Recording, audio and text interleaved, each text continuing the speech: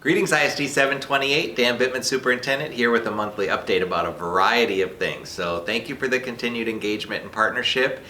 We have so many exciting things happening around the school district right now, and just a few over the last couple weeks. Congratulations to Sauk Middle School. Again, 2020 National Magnet School of Distinction, so congratulations for that. In addition to that, we recently honored a number of National Merit Scholars from throughout the district, had the opportunity to talk with families and to honor them at a public board meeting. Art students, Rogers High School, 53 awards at the Minnesota Scholastic Art Awards. So congratulations for that. We also had a very successful mock interview day at Elk River High School, in which involved numerous business partners, and we are grateful to work with hundreds of students, helping them to prepare for the workforce. In addition, we have some amazing things happening in Zimmerman, particularly around our biomedical program. So fun to continue to see our students succeeding in so many different areas. In addition to that, this week we were awarded and notified that we received another Youth Skills Training grant. You might remember that last year we received a grant, one of not very many throughout the state, that we used in the manufacturing fields.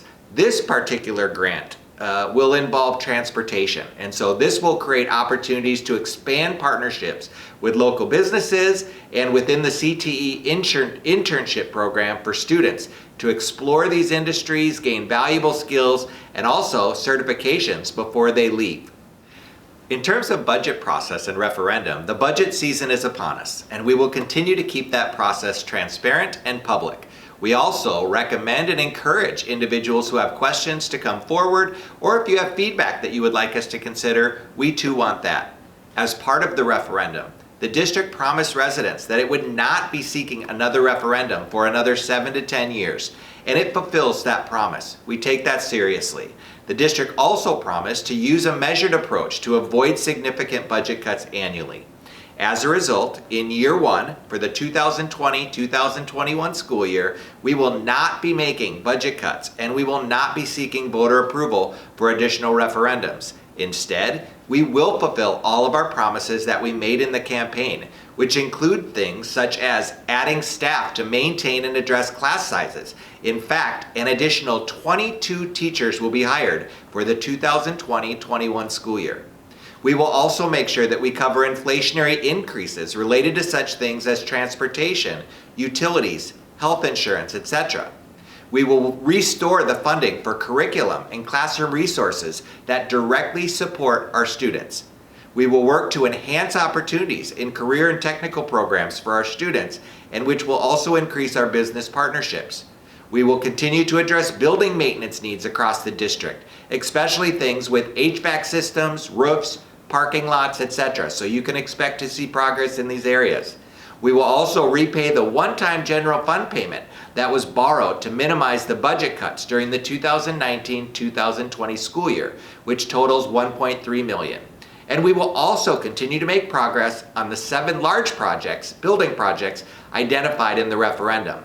More information is available on our website, and we would encourage you to continue to seek that information and to ask questions or provide feedback as you are able. As we communicated throughout the campaign, we recognize that funds will not cover all of the needs that we want to have throughout the district, but we so appreciate the improved funding, which will provide stability and also enhanced access and opportunity for all of our students. In terms of facilities, we have met with and invited all of our city, county, and township officials together on multiple occasions to discuss and consider partnerships related to our various facilities and projects. What that means is that our referendum projects, which were based on community recommendations, provide certain facilities and amenities for our students, families, and community. If cities, counties, and townships have plans and interest to add facilities in the next 5 to 10 years and already have those funds allocated to do so, we have encouraged them to partner with us and will continue having those discussions. We recognize that these partnerships and funding will maximize opportunities for our students and families and also save taxpayers money in the future. We are appreciative for these partnerships and value these relationships. Once we have information from these partners, we will identify times to meet with our community, youth associations, etc., to share this information, gather feedback, and gauge any additional partnerships that might be possible. We anticipate that these additional meetings with community will occur later in February or March. These partnerships and relationships are invaluable to us. For more information about timelines on projects, please visit the district website at www.isd728.org. You can find specific information about these projects under About Us and 2019 Referendum Project Updates. The legislature. We are working tirelessly with our representatives and government officials to share the ISD 728 story, to advocate for our students, families, and community, and to create more equity across the state. While there are many specific topics of interest to us, the two most significant for us and our community within the district is the amount of money our district is required to pay to cover costs related to special education services. Currently, the district's required to pay approximately $11 million every year out of the general fund to meet unfunded state and federal mandates related to special education. This results in higher taxes for families, less programming for students, and increased pressure on operating budgets. The second factor involves funds related to the legislature that have not been adequate to cover inflationary costs within school districts. For example, the additional 2% that was allocated to the legislature provided about $2 million to ISD 728.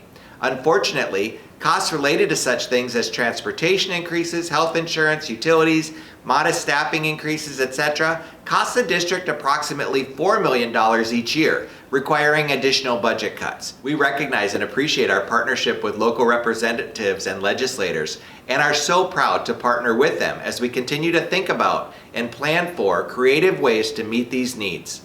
We will continue to partner with our areas of Chamber of Commerce, local businesses, and community members to ensure our students, families, and community have a voice and that it is heard. We are appreciative for these conversations and could not do it alone. And one last note about school calendar. As a dad of 3 students, I recognize how important it is for families to get the school calendar early. We will bring a draft tonight to the boardroom for consideration. That calendar will be tentative. After consideration, we are expected to have approval from the school board on February 10th. That tentative calendar is available on the district's website under About Us, School Board, under Meeting Agendas and Minutes. Again, thank you for all you do and for being part of ISD 728. We appreciate you.